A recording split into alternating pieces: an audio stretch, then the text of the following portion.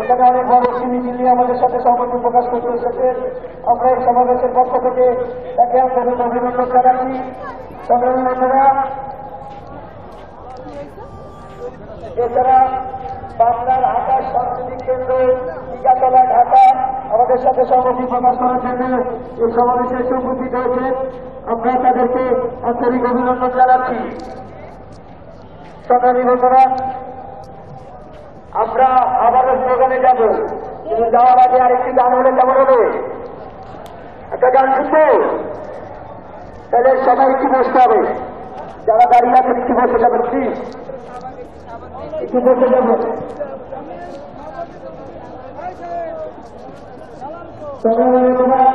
আমাদের সাথে সহমতি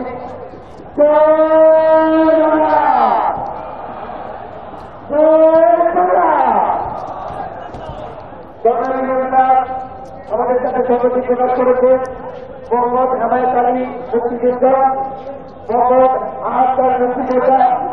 সমাবেশের পক্ষ থেকে তাদেরকে আমাদের অভিনন্দন জানাই।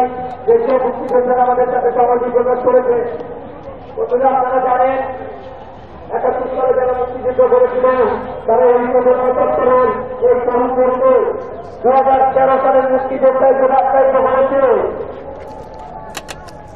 আমরা অনেক দুঃখ প্রকাশ করতাম যে আমরা ৭১ যুদ্ধ করেছি, আমরা আমাদেরকে দুর্ভাগা মনে করতাম, কিন্তু ২০১৩ সাল আমাদের সেই দুঃখ মুক্তিয়ে দিয়েছে।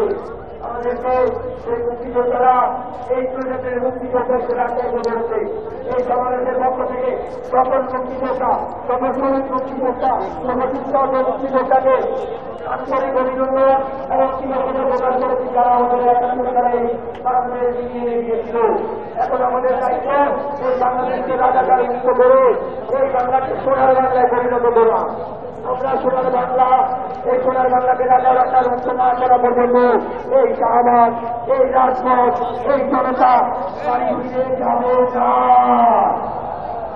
সংগ্রামী বন্ধুরা, আবার একটি